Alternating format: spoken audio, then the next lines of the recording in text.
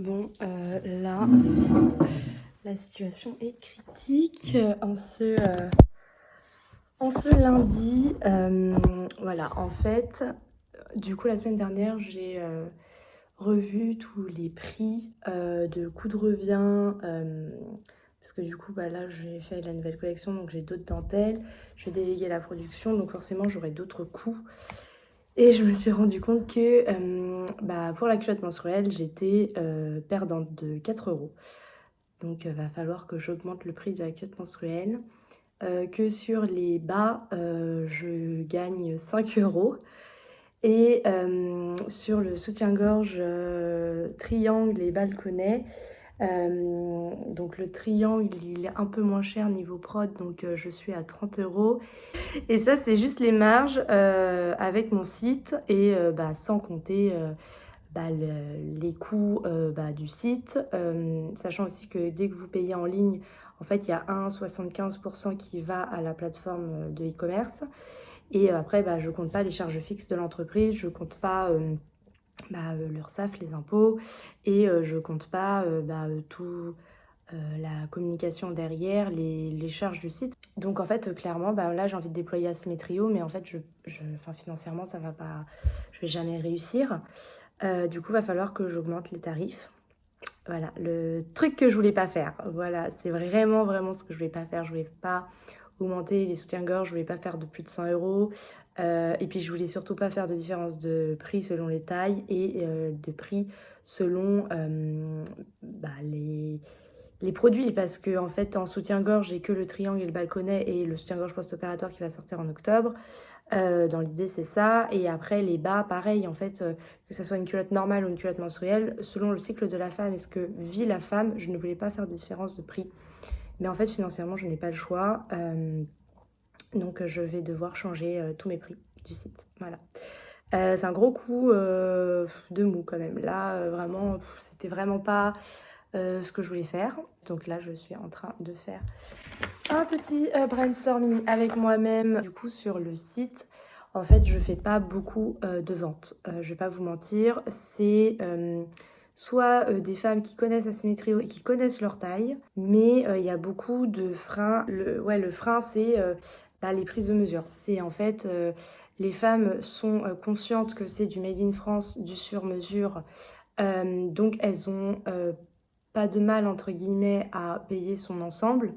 En plus je fais du 4 fois sans frais, mais ça va être, le souci c'est quand même un coût, donc je veux être sûre de mes mesures, acheter quelque chose qui m'aille.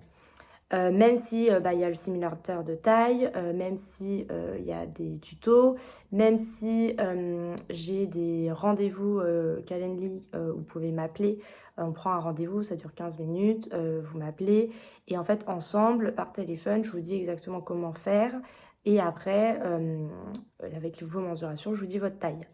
Avant d'acheter, voilà, c'est un service que j'offre, c'est gratuit.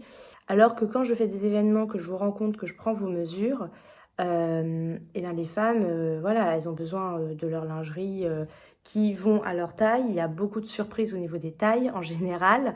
Les femmes qui disent asymétrique ou non, hein, qui me disent je trouve jamais tout soutien-gorge à ma taille, ou alors lui c'est le seul que j'aime bien, mais là ça va pas, je suis toujours obligée de le remonter, ou alors ici ça baille, etc. En fait, c'est que c'est pas la bonne taille, tout simplement. En fait, j'aimerais faire plus d'événements, mais c'est pas possible. Enfin, je suis seule pour l'instant dans la création de la société, dans la boîte. Mais du coup, pour que Asymmetrio soit rentable, il faudrait, d'un point de vue financier, hein, j'aime pas parler de ça, et franchement, ça m'a pris 2 jours non-stop à faire tout ce tableau Excel avec les chiffres et tout ça. Enfin, heureusement que j'avais une amie qui était avec moi qui m'a aidée, parce que vraiment, ça, la partie financière, c'est vraiment quelque chose que j'aime pas, même si c'est essentiel. Là, je suis en train, en fait, de poser toutes mes idées et de voir comment je peux être rentable financièrement avec Asymmetrio, tout en ne pas vous oublier et pas faire des prix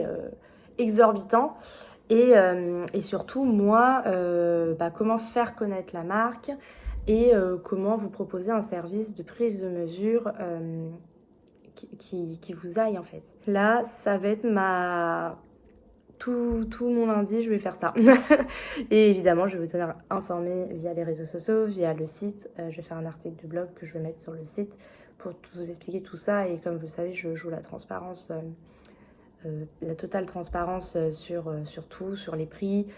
Sur chaque fiche produit, vous avez du coup pas forcément la description du produit, les matières, conseils d'entretien, les conditions de retour et la partie prix.